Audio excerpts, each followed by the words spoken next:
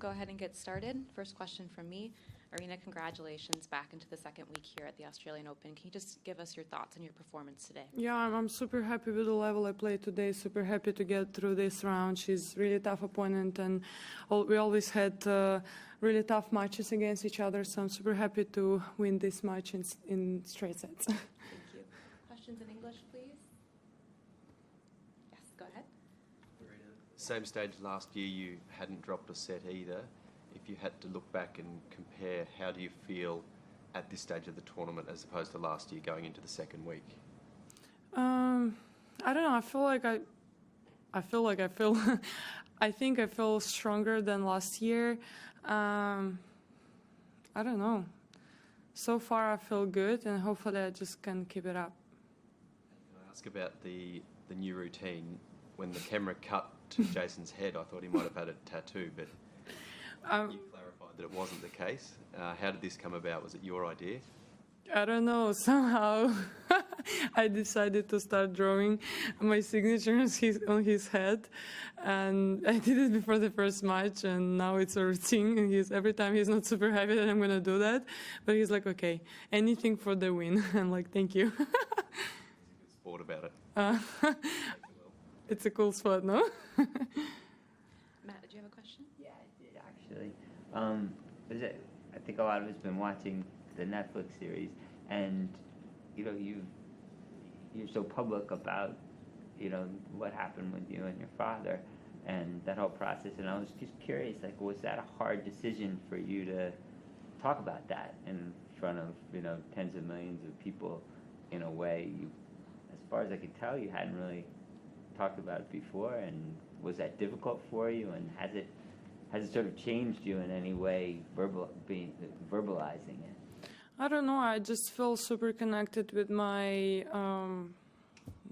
fans, and I wanted to open up for them and just to hear the story. And I feel like, I felt like probably my story will motivate someone, or will help someone in tough situation to find a way through. And if, like, when you lose somebody, it's really tough, especially like someone like your father, for example. And I know that some people are struggling with the same situation, and I just felt like it's tough, but you can also find kind of like motivation to keep going in life and keep doing your thing just for the memory of somebody. And I really hope that my story will help somebody else in this situation, to keep going and keep doing their best. In your country, growing up, and in your culture, is it common for people to be so open with their emotions? I mean, in America, people talk about, stuff. Yeah. It's very, it's just part of their culture. I'm sort of curious if that was part of your culture, or. I don't know. It's depend of the person, Like some people are open, some are not. So, I think I'm an open person. So, it's I don't know. I think even in America, it's also like some people are open, some not. It's not like the whole country is super open people and they can talk about anything. No, it's dependent on the personality, I guess. Next question, Catherine. Hi, Aryna. Sorry for the change of subject here, but unless I'm wrong, I think you're the only player wearing the red Nike dress. Mm-hmm. Is that cool to kind of have your own sort of bespoke look? And is there any story behind the color choice or the style? How involved were you? I mean, yeah, you're right. I'm the only one player who's wearing red dress, and it's not like I've been in. I was in how to say. I was included in part of the process, preparing the color and everything. No, they just showed me the dress I will play with, and I was like super excited to wear the only red dress. But I mean, I'm super happy. I feel so special, and I'm really thankful to Nike that they give me this opportunity to feel special. But of course, I want to have something more, like not just the different color, but it is how it is, and I'm super happy to be special. Is this the First time that's been the No, case? I think the US Open was the first one. I wear the pink dress, and now I have red dress.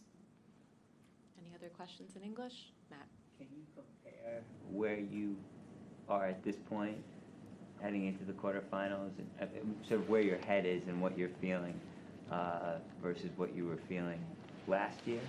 I guess before you were a Grand Slam champion, and is it different in terms of how you think about the next 3 matches?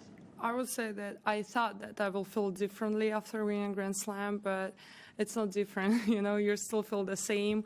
You still have to bring your best tennis. You still have to fight for it, and it's exactly the same feelings like I had 1 year ago. Final English question?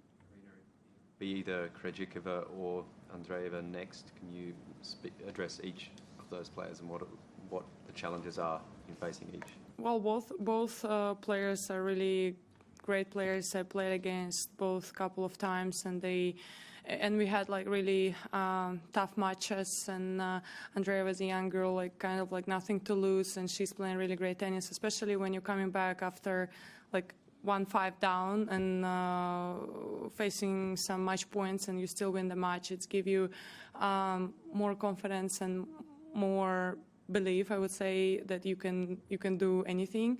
So it can be tricky, and she's moving well, hitting the ball quite clean and serving well. So she's a tough opponent. And about Barbara, we played a lot of matches. She's also playing really well.